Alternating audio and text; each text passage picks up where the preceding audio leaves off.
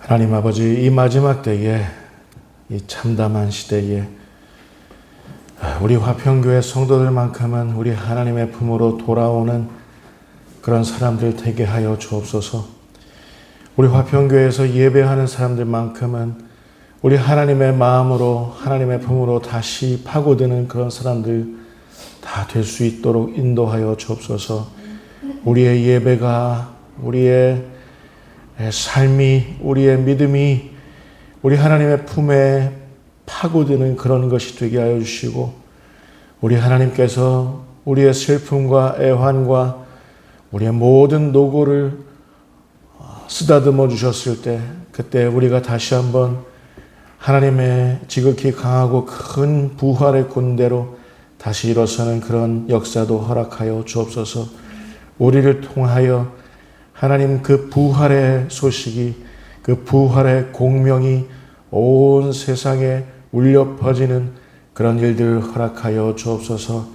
작게는 우리로 인하여 우리 가족이 변화되게 하시고, 크게는 우리로 인하여 우리 직장이, 우리 학교가 변화되게 하여 주시며, 더 크게는 우리 화평교회를 통해서 이 양주 지역사회에 등불이 솟는 그런 일들 허락하여 주옵소서. 오늘도 하나님의 말씀에 메마른 가슴을 감고 나아온 우리 하나님의 성도들이 있습니다. 아버지 하나님, 이들에게 하나님 들려주시고, 이들의 저 메마른 가슴에 담비와 같은 말씀 허락하여 주옵소서. 이 말씀이 우리 화평교회 모두를 살리게 되는 그런 역사를 허락하여 주옵소서. 감사합니다. 예수님의 이름으로 기도하옵나이다. 아멘. 하늘에 계신 우리 아버지, 아버지의 이름을 거룩하게 하시며 아버지의 나라가 오게 하시며 아버지의 뜻이 하늘에서와 같이 땅에서도 이루어지게 하소서. 오늘 우리에게 일용할 양식을 주시고, 우리가 우리에게 잘못한 사람을 용서하여 준 것 같이 우리 죄를 용서하여 주시고, 우리를 시험에 빠지지 않게 하시고 악에서 구하소서. 나라와 권능과 영광이 영원히 아버지의 것입니다. 아멘. 할렐루야. 오늘 부활절 둘째 주일 우리 화평교회 주시는 하나님의 말씀은 베드로전서 2장 22절로 25절까지 있는 말씀입니다.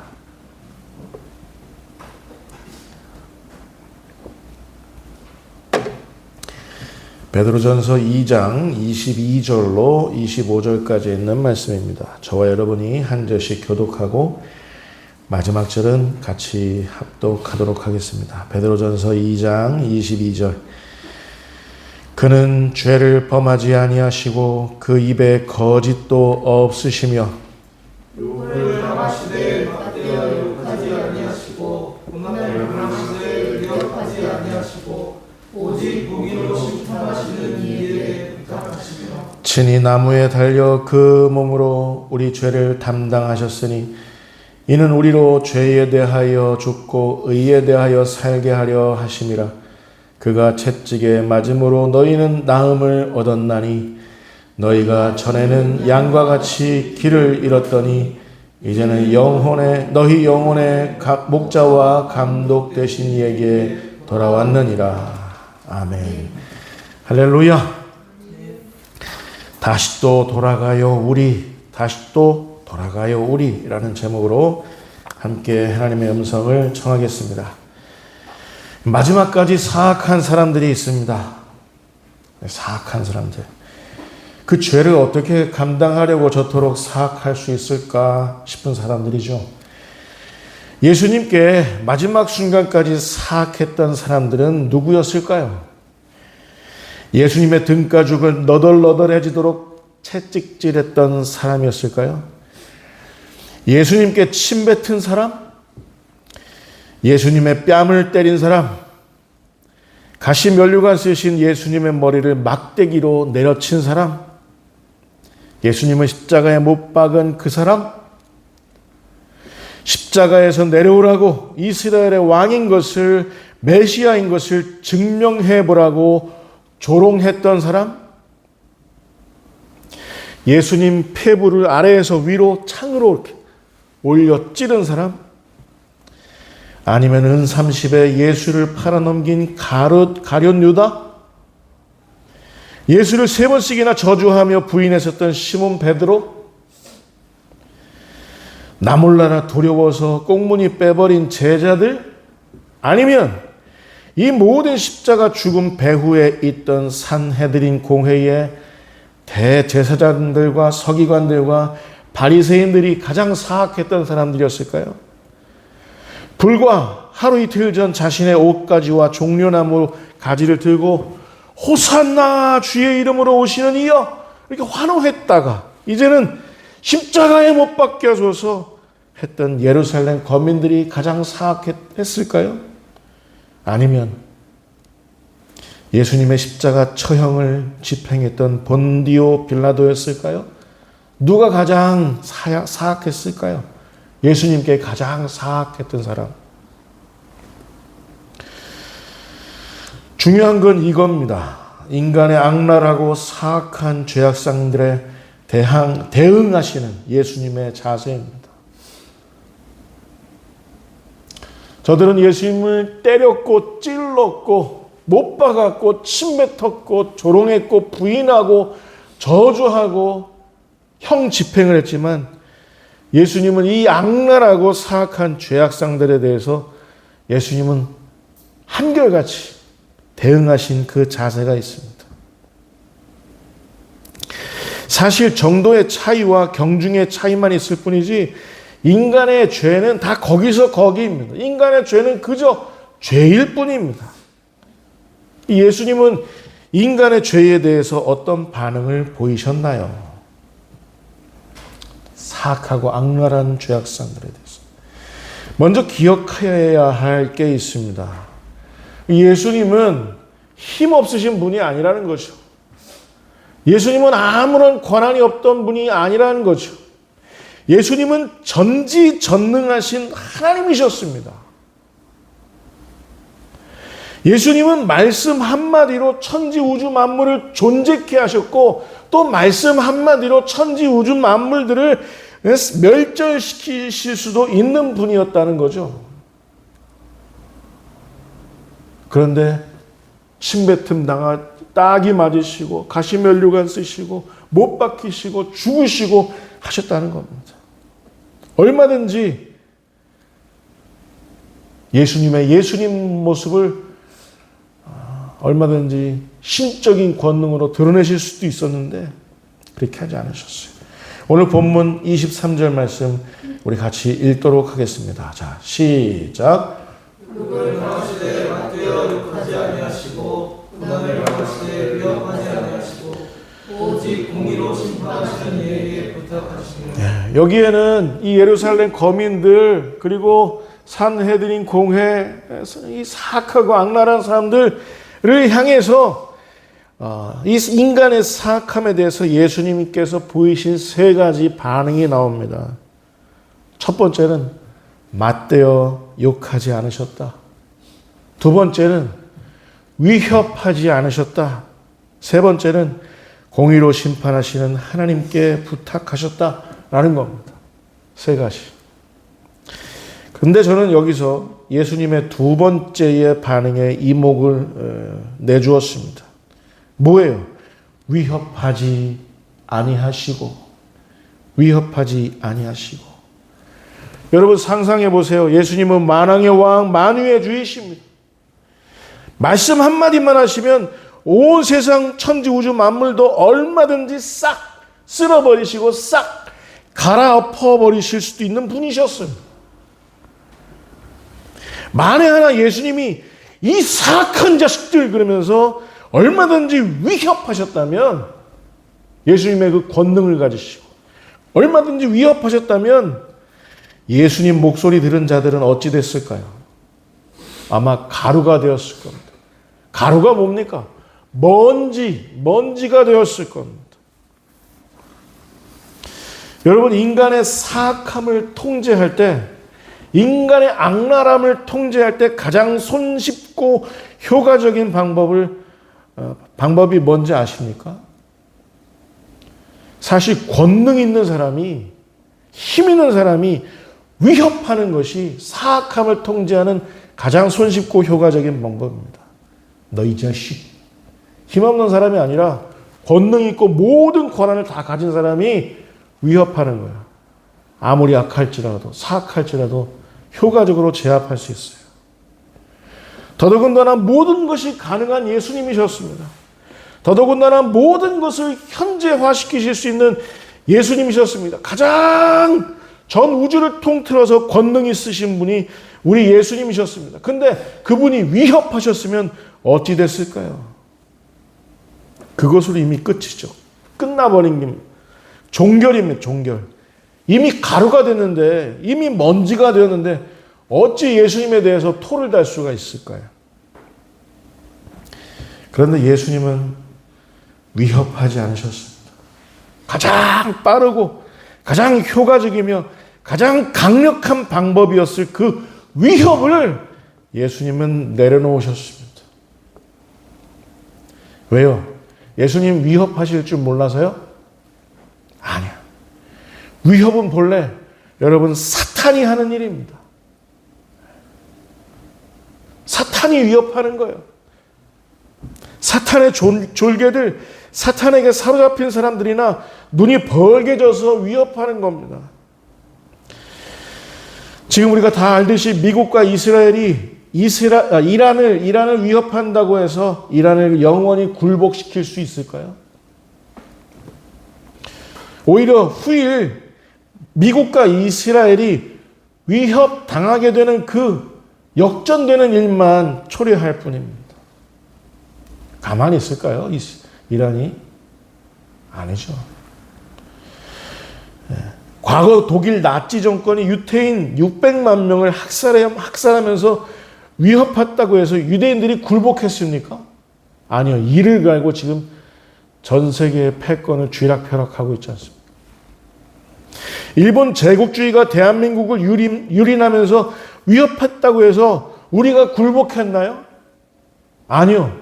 불과 지금 80년 지났는데 세계 5손가락 안에 드는 그 강대국이 지금 되어가고 있습니다.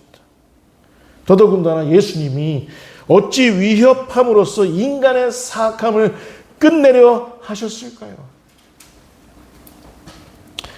위협한다고 해서 우리의 구원이 완성되나요? 네. 용재야, 너 나 안 믿을래? 그러면 저는 구원이 완성되는 겁니까?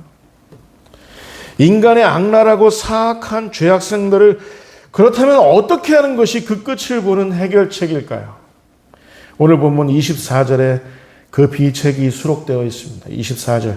자, 같이 읽도록 하겠습니다. 자, 시작. 이 나무에 달려 그 몸으로 우리 죄를 담당하셨으니 이는 우리로 죄에 대하여 죽고 의에 대하여 살게 하려 하시니라. 하나님께서 우리를 구원하시는 방법, 죄에 대해서 죽고 의에 대해서 살게 하시는 방법은 뭐냐면 하나님이신 그분이, 하나님의 아들이신 그분이 우리의 죄를 담당하시는 그 유일한 방법 외에는 없었다 그 말입니다. 우리를 구원하는 방법. 여기서 담당하셨으니 라고 번역된 헬라어 여러분 따라서 보실까요? 아나페로. 네, 아나페로. 이 말은 떠맡으신다. 자기에게 취하신다. 이 사람에게 갈 것을 자기에게 취하신다 그런 뜻이에요. 인간의 악랄하고 사악한 죄악상들은 위협하는 것으로서는 절대로 멸절되지도 않고 절멸시킬 수도 없다는 거예요. 위협하면 인간의 죄악상들은 더 기승을 부립니다. 위협하면 죄인들은 더 화롯불에 기름을 붓는 격입니다. 인간의 죄는 반드시 아나페로, 예수님이 당신의 몸으로 직접 떠맡으시는 것으로서, 당신의 몸으로 손수 취하시는 것으로서 그렇게 해서 인간의 죄악은 끝맺음될 수 있는 겁니다. 예수님이 그렇게 하셨어요. 여러분, 교회는, 우리 화평교회 교회잖아요. 교회는 당대의 죄악상들에 대해 민감한 사람들의 모임을 말합니다. 온 세상에는 죄악이 관영한데 우리끼리 좋다고 행복하고 뭐 웃고 먹고 떠들고 우리만 뭐 이렇게 예배하고 세상은 죽든지 말든지 우리는 그냥 저 높은 높은 곳을 뜻하는 그 말이 뭐예요? 거기 그냥 거기서 우리 이러고 그런 교회가 아니란 말입니다. 교회는 인간의 죄악상들에 대해서 민감한 사람들이에요. 여러분 오늘날처럼 시대 환경이 이토록 죄악상들로 찌들어 본 적 언제 또 보신 적 있었어요?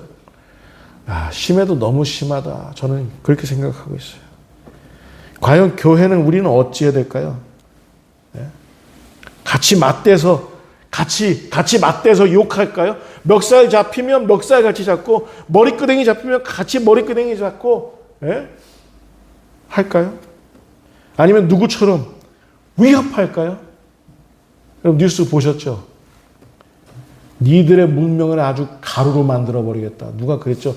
제가 누가 얘기 안 해도 제 머리 스타일이 저랑 완전히 틀려갖고 아니에요. 인간의 죄악상들을 끝내버리는 방법은 같이 위협한다고 되는 게 아닙니다. 아나페로, 떠안아야 끝이 납니다. 내가 담당해야 끝이 납니다. 그렇다면 우린 교회인데 이 시대의 죄악상들을 어떻게 떠안으며 담당할 수 있을까요? 예수님께서 보이신 유일한 방법 딱 하나 있죠. 온 세상의 죄악을 끝내버리는 방법, 유일한 방법. 예수님은 십자가에서 죽으셨습니다. 십자가에서 예수님은 살려고 어떻게든 살아보려고 아등바등하지 않으셨습니다. 못 박히셨을 때 고통스러워 하시고 가시면류관 쓰셨을 때 얼굴이 찌푸러들이시고 등가죽이 너덜너덜해지도록 채찍을 마셨을 때는 온몸을 비트셨다고요. 비명도 지르시면서. 그런데 그 죽으심을 그냥 떠넘기려고 이렇게 하지 않으시고 다 아나페로 담당하셨어요. 그리고 죽으셨고 그 죽음을 부활의 생명으로 승화시키셨습니다. 그래서 이 시대의 죄악생들을 끝내버리신 겁니다. 그렇게 해서 끝내버리셨고 지금도 끝내고 계시고 앞으로도 끝내실 분이 그 예수님의 그 십자가에서의 죽음과 부활이다 그 말입니다. 여러분 아멘 하실 수 있을까요? 그렇게 해서 멸절, 절멸, 사멸, 박멸시키신 겁니다.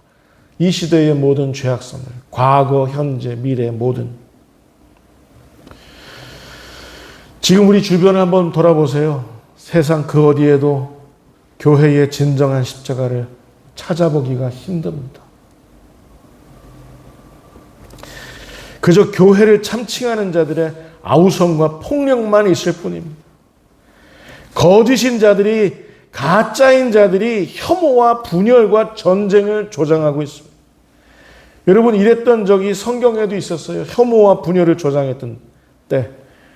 바로 예수님이 십자가에서 죽음을 맞이하시기 전에 예루살렘의 풍경이 그랬습니다. 하나님의 선민이라고 참칭하는 자들이 바로 하나님의 아들이신 예수님을 향해 십자가에 못 박아라! 십자가에 못 박아라 했다고요. 십자가에 못 박게 하소서 외쳤다고요. 그 풍경입니다. 예수님 그때도 떠안으셨습니다. 저들이 하는 짓을 저들도 알지 못하나이다. 그러면서 죄를 떠안으셨어요. 담당하셨습니다. 침묵하시고 위협하지 않으시고 그저 떠안으셨습니다. 여러분 24절 말씀 다시 한번 볼까요? 자, 같이 읽겠습니다. 시작. 친히 나무에 달려 그 몸으로 우리 죄를 담당하셨으니 이는 우리로 죄 대하여 죽고 의에 대하여 살게 하려 하시니라. 여러분 상상해 보세요.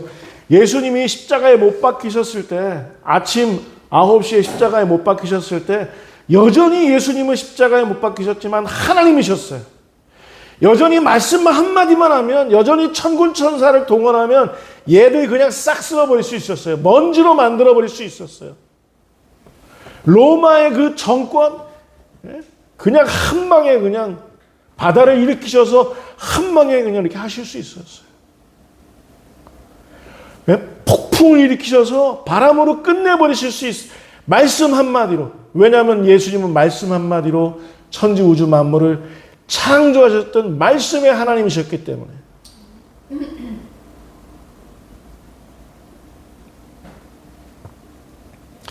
절호의 찬스죠. 십자가에 못 박히셨을 때 이 자식들 내가 이 나쁜 놈들, 이 사악한 놈들 말씀 한마디 하시면 다 가루로 만드실 수 있는 절호의 찬스였어요. 십자가에 못 박히셨을 때. 그렇게 위협하시면서 끝내버리실 수가 있었다고요.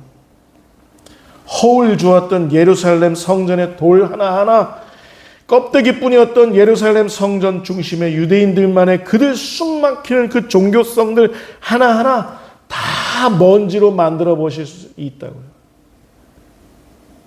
저는 사실 그런 상상도 합니다. 하나님 말씀 한마디만 해주세요. 저 정신 못 차리고 있는 저 미국, 말씀 한마디만 해서 좀 해주세요. 근데 하나님 그렇게 하지 않으시죠.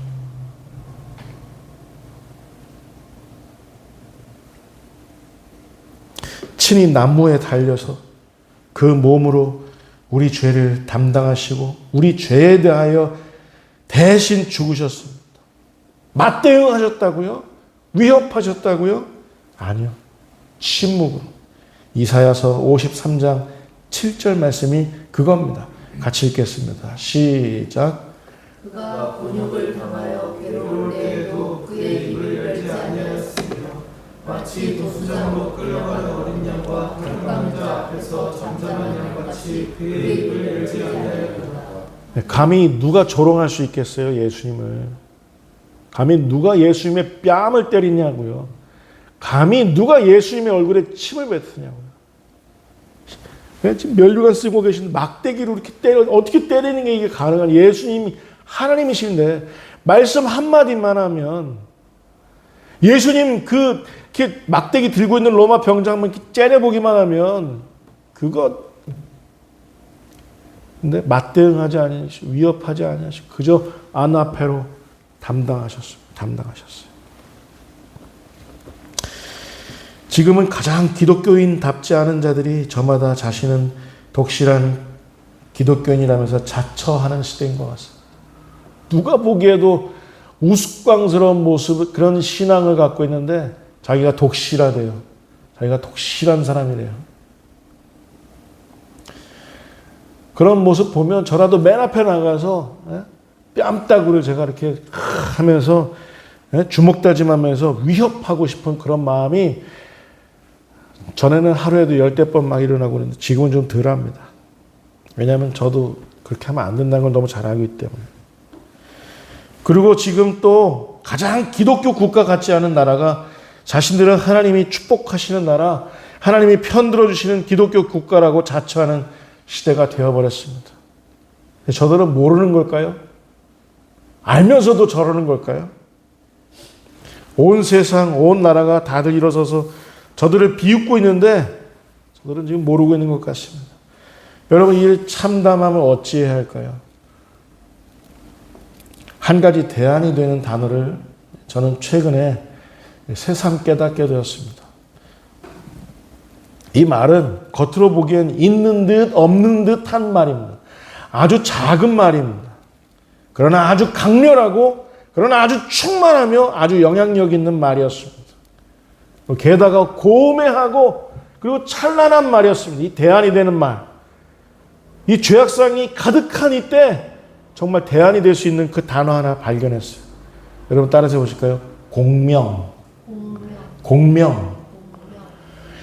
제가 아는 목사님 한 분이 그분이 그 교회를 개척하면서 교회 이름을 공명교회라고 지었어요. 목회도 정말 공명교회다운 그런 목회를 하고 계시더라고요.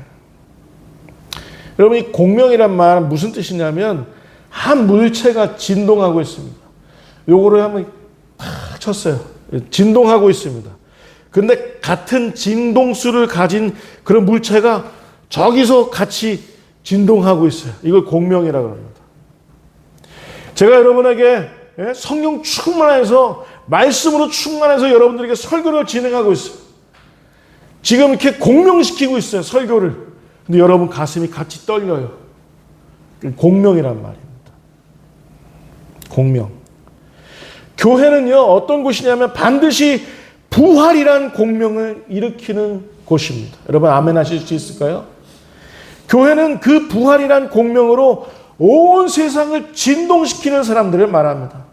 아무리 작더라도, 아무리 왜소해 보이더라도, 아무리 초라해 보이더라도, 아무리 협소한 그런 사람들이라도 교회는 부활이라는 공명으로 온 세상을 진동시키는 사람들이 그 교회입니다. 몇 명 안 모였는데요, 상관없습니다. 예수님은 한 분 십자가에 못 박히셔서 부활하심으로 그 부활의 공명으로 온 세상을 구원하고 계십니다. 지금도. 여러분 아멘 하실 수 있을까요? 여러분 우리 화평교회가 그냥 세상에 대충 교회가 아니라 세상을 부활의 공명으로 진동하는 교회라고 한다면 우리 화평교회가 아무리 작은 교회라 할지라도 우리는 부활의 생명으로 충만한 사람들로 변모되어서 세상을 진동케 할 수 있다라는 사실입니다. 그래서 저는 우리 화평교회가 너무너무 중요합니다. 여러분은 어떠십니까? 그리스도 예수의 부활은 원조 공명이죠. 그리스도 예수의 부활, 원조 공명입니다. 그리스도 예수의 부활은 당대 두려움에 사로잡혀서 싹 다 예수님 십자가에 죽으셨다고 하니까 다 흩어졌습니다. 두려움에 빠져서 다 흩어졌습니다. 그런데 그런 교회들을 다 모아서 부활이라는 이 공명이 함께 저들을 진동시키기에 충분했습니다. 부활로 공명된 교회들은 여기에 그치지 않고 온 세상을 진동시켰습니다. 처음에는 작고 왜소하고 초라해 보였던 공명이었지만 나중에는 이런 사탄의 졸개들이 사탄이 자기 귀를 막고 제발 하면서 이렇게 했을 엄청난 공명을 이뤘습니다. 작고 왜소한 부활의 공명이었지만 곧이어서 기하급수적인 부활의 생명 그 깊은 공명이 아직까지도 여전히 온 세상을 온전히 진동케 하고 있다는 사실입니다. 여러분 아멘 하실 수 있을까요? 선교사들이 왜 선교를 해요? 선교의 길이 다 막혔는데 사방팔방 다 막혔는데 선교사들이 왜 거기 가서 진짜 선교사들은 거기서 죽겠다고 선교를 하냐고요. 거기에 부활의 공명을 일으키기 위해서 저들은 그렇게 한다고요. 목숨 바쳐서. 여러분 선교사들은 똑같은 예수를 믿는데 우리랑 그렇게 한다고요. 부활의 공명 때문에. 여러분 가족을 구원케 하는 데 있어서 여러분이 갖고 있는 정말 그 부활의 공명이 진짜 백이라고 한다면 여러분 가족들 그 부활의 공명을 같이 진동시켜 주어야죠. 내 아들, 딸들 변화시키지 못하는 부활의 공명인데 내 아내, 내 남편, 내 부모님 부활시키지 못하는 그런 내 부활의 공명인데 내가 정말 그 진짜 진또백이 정말 그리스도인이라면 어떻게 해야 되냐 그 말입니다. 여러분 살다 보면 우리가 사랑하는 사람 만나죠.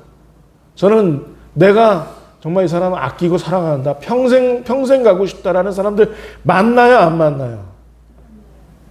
오늘 설교를 접목시켜보면 같은 진동수를 가진 사람이라고 그 사람은. 내가 정말 사랑하고 내가 정말 아끼고 내가 지금 울리고 부활의 공명으로 징 하고 울리는데 저 사람은 냉담하고 뭐 하는 거지? 이게 있을 수 있냐고요. 내가 사랑하는 게 진짜면 내가 이 사람 아낀다는 것이 진짜면 나는 지금 부활의 공명으로 충만한데 이 사람은 죽어간다면 그게 아끼는 게 그게 사랑하는 게 진짜냐고요. 가짜 아니냐고요.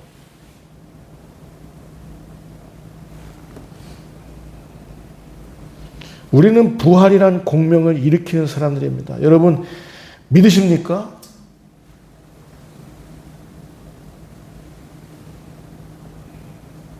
결론입니다. 사실 헬라어 다시 한번 따라해서 보실까요? 아나페로. 담당한다라는 이 말은 뭐냐면 담당한다 이런 말은 뭐냐면 예수님은 때로 악랄했던 죄인이었지만 때론 사악했던 죄인이었지만 우리를 당신의 부활 생명으로 당신의 그 부활 공명으로 같이 진동케 하신다. 같이 공명을 이루신다라는 그런 뜻입니다.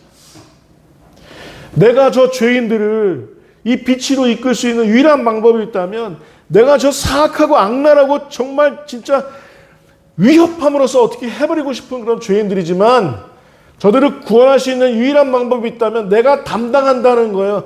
내가 십자가에 못 박혀서 부활의 공명을 이루는 이 유일한 방법 외에는 저들을 구원할 수 있는 방법이 없었다라는 겁니다. 여러분, 이 사실을 믿으십니까? 예수님이 일 없으셔서 죽으셨다고요?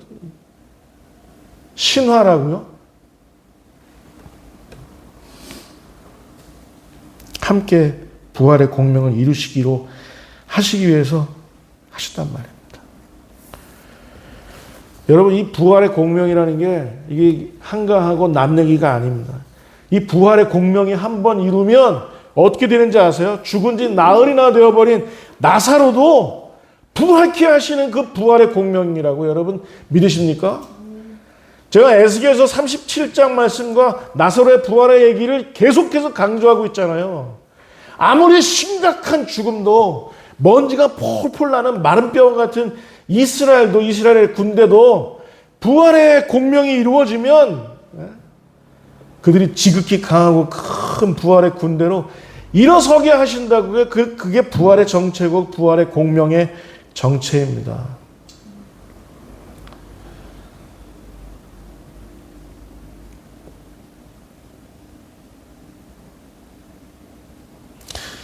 여러분, 다시 부활절이 돌아왔고 이제 부활절 두 번째 주일입니다. 우리 다 함께 우리 자신에게 물어봤으면 좋겠습니다. 그리스도 예수의 부활이 도대체 지금 이 순간 나와 무슨 상관인가? 예수의 부활이 나와 무슨 상관인가? 여러분, 이 질문 해보셨어요? 그리스도 예수의 그 부활의 공명이 도대체 내 삶과 무슨 상관이 있느냐, 무슨 연관이 있느냐, 이런 질문 해보셨냐 그 말입니다. 내 삶의 진동수, 나는 어디에 떨려요? 도대체 뭘 만지면 내 가슴이 뛰냐고요? 뭘 접하면 내가 지금 내 영혼이 막 내 영혼이 막 떨리고 거기에 확 빠져드냐고요? 뭘 만지면? 돈을 만지면 그렇게 되는 건가요? 권세를 좀 사람들이 나를 보면서 나를 주목해주고, 저는 그런 상상해봤어요. 내가 목회를 하면 2,000명, 3,000명 바라보는 그런 곳에서 내가 설교하는 그런 목회자가 될 거라고 그런 정말 착각을 하고 있었어요. 그게 중요한 게 아닙니다. 정말 중요한 건 내가 부활의 목사냐, 내가 부활의 공명을 일으킬 수 있는 목사냐, 이게 중요한 거예요. 저한테 중요한 겁니다. 그 부활의 공명의 목소리를 울려 퍼질 때 이 사람들이, 듣는 사람들이 정말 살아나느냐, 이게 저한테는 유일한 관건이라고요. 이게 예수님께 용제를 향한 유일한 관심사라고요. 여러분을 향한 예수님의 관심사가 뭐겠어요? 여러분이 함께 부활의 공명을 같이 진동하는 사람들이냐, 사람들을 진동시킬 수 있는 사람들이냐, 이게 유일한 예수님의 관심사 아니겠어요? 여러분, 아멘 하실 수 있을까요? 여러분, 우리 뭐 하면 됩니까? 아니, 목사님, 그러면 뭐 해야 돼요? 이 시대는 너무 악하고, 나는 힘없고, 그런데 뭐 해야 돼요? 정말 부활의 공명을 이루는 사람은요, 이거 한 가지 시금석을 남긴다는 거예요. 어떻게 할 수 있느냐? 오늘 본문 25절 말씀 다시 한번 보겠습니다. 자, 우리 같이 읽겠습니다. 자, 시작. 너희가 전에는 양과 같이 길을 잃었더니 이제는 너희 영혼의 목자와 감독 되신 이에게 돌아가느니라. 제가 살아보니까요, 목사도 길을 잃더라고요. 제가 신앙이 별로였던 사람인 것 같아요? 아니요. 저 금식기도 길게 정말 여러 번 했고, 정말 뭐 성경을 뭐 1년에 수십 번 통독하고, 예언의 인사가 있어서 어떻게 하고, 방언의 은사가 있어서 같이 기도하면 같이 방언으로 같이, 그런 부활의 공명을 얼마든지 막 소통하고 그랬던 사람, 목사도 길을 잃더라고요. 목사도. 여러분은 어떻겠어요? 여러분도 길을 잃으실 수가 있죠. 이 말씀이 우리에게 유일한 소망이고 대안이 되는 거예요. 자, 돌아왔는, 여러분 따라서 해보실까요? 돌아왔느니라. 네가 목사인 채로 길을 잃었었냐? 돌아왔느니라. 그러면 부활의 목사가 맞는 거죠. 돌아왔다면, 하나님께로 돌아왔다면. 이게 핵심이에요. 우리가 부활의 예수 앞으로 다시 돌아온다는 게 이게 핵심이에요. 전에 길을 잃었을지라도, 전에는 공감할 수 없었을지라도, 전에는 같은 부활의 공명에 함께 진동할 수 없었을지라도, 다시 부활의 예수 앞으로 돌아올 수 있다면 우리는 교회 맞습니다. 몇 명 안 모이는 교회라고 하더라도, 내일 모레 하는 것처럼 보이는 교회더라도, 과연 오래 견딜 수 있을까 하는 교회더라도 부활의 공명이 살아있으면, 그게 진짜면 우린 진짜 교회 맞다 그 말입니다. 돌아오는 거예요. 정말 그리스도인, 정말 부활의 사람들은. 노구의 아버지한테 때이른 유산을 받아내었어요. 받아내서 그 아버지가 주신 그 유산을 가지고 창녀와 함께 그 가산을 탕진해버렸던 그 탕자. 너무 어처군, 자기가 생각해도 어처군이 없죠. 한심하죠. 염치가 없어서 돼지나 먹던 돼지같이 쥐염 열매로 돼지처럼 하루하루 연명했던 그 탕자도 아버지가 아버지인 탓에 돌아가는 겁니다. 여러분, 하나님이 우리의 아저씨입니까? 여러분, 기도할 때 하나님 아저씨 저 아시죠? 이렇게 하면서 기도해요. 저는 기도할 때 하나님 아버지라고 하는 게 하나도 껄끄럽지가 않아요. 어떻게 하셔야겠어요? 돌아가셔야죠. 다시. 내가 이 사람 사랑하는데 여전히 딴짓하고 있어. 돌아가게 해야죠. 내 아들이 걸린 문제고, 내 딸이 걸린 문제고, 내 동생이 걸린 문제고, 내 부모가 걸린 문제인데, 한가롭게 뭐 딴 거에 진동수 이렇게 갖다 대고 그럴 겁니까? 내가 부활의 그 공명을 같이 이끌어낼 수 있는 그런 여러분이라면, 여러분 하나님께는 오늘 이 예배가 정말 대성공인 줄 저는 믿습니다. 네. 저는 몇만 명 교회는 그런 교회에서 언젠가 그런 상상도 해봅니다. 여의도 순복음교회 같은 어마어마한 강단에 서서 이 독사의 자식들아 하면서 한번 해보고 싶어요. 그러면서 막 다들 울려버리고 싶어요. 감동케 하고 싶어요. 저들을 부활의 공명으로 막 그냥 진동케 하고 싶어요. 그런 상상도 안 해본 건 아닙니다. 근데 그거보다 더 중요한 거, 야 용재야, 화평교회 성도들이 이 부활의 공명으로 지금 함께 진동하고 있느냐, 이걸 물으시는 거예요. 저한테. 이게 중요한 거예요. 여러분이 사랑하는 사람이 있어요? 아끼는 사람이 있어요? 이 사람 놓치고 싶지 않은 사람이 있어요? 진동케 해야죠. 같이 부활의 공명으로. 여러분 아멘 하실 수 있을까요? 우리한테 유일한 소망이 있어요. 유일한 희망이 이겁니다. 예수님이, 우리의 목자이신 예수님이 허리춤에 방울소리를 내세요. 용재야 따라와 하면서 방울소리를 내세요. 걸으실 때마다. 그러면서 이따금씩 뒤돌아보시면서 용재야 이렇게 부르셔요.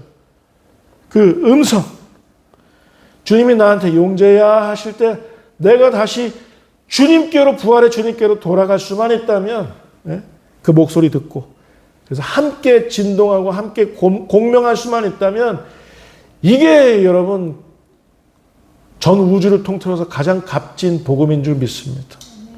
여러분, 이 부활절 둘째 주일인데요, 자꾸 다른 사람 얼굴 생각하지 마시고 우리만이라도 다시 주님께로 돌아가기로 해요.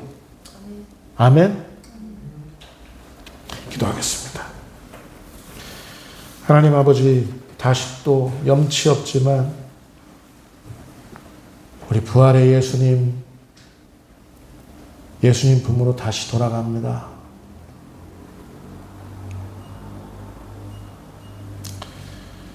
우리 스스로 너무 초라하고 왜소하고 너무 적은 무리여서 염치 없는 그런 마음이 있지만 우리 부활의 주님은 이게 진짜야, 이게 정말 값진 거야 라고 하면서 우리를 위로하실 예수님의 얼굴을 생각합니다. 선교의 문이 막혀서 발 동동 구르고 있는 어떤 선교사도 있는데 그 발 동동 구르는 그 현실 앞에서도 그 부활의 공명을 이루기 위해서 오늘 이 순간을 지금 준비하고 있는 수없이 많은 선교사님들, 함께 우리 하나님께서 부활의 공명을 함께 해주시는 줄 믿습니다. 저도 이 눈물을 흘려 부활의 공명을 이룰 때 선교지가 살게 하시고 정말 참 교회로서 이 시대 마지막에 숨겨진 교회, 남겨진 교회, 부활의 공명으로 함께 공명하는 그런 교회들이 있다면 아무리 작더라도 저들의 그 부활의 공명이 온 세상을 진동케 하는 그런 일들 오늘 이 시점부터 있어지게 하여 주옵소서. 그래서 진짜 교회, 진짜 목사, 진짜 성도들이 부끄럽지 않는 그런 세상이 될 수 있도록 주님 함께하여 주옵소서. 전쟁을 겪고 있는 이란과 우크라이나와 죽어가고 시름 섞인 탄식을 하고 있는 많은 나라들, 주님 저들에게 부활의 공명을 다시 일으켜 주옵소서. 감사하고 예수님의 이름으로 기도하옵나이다. 아멘.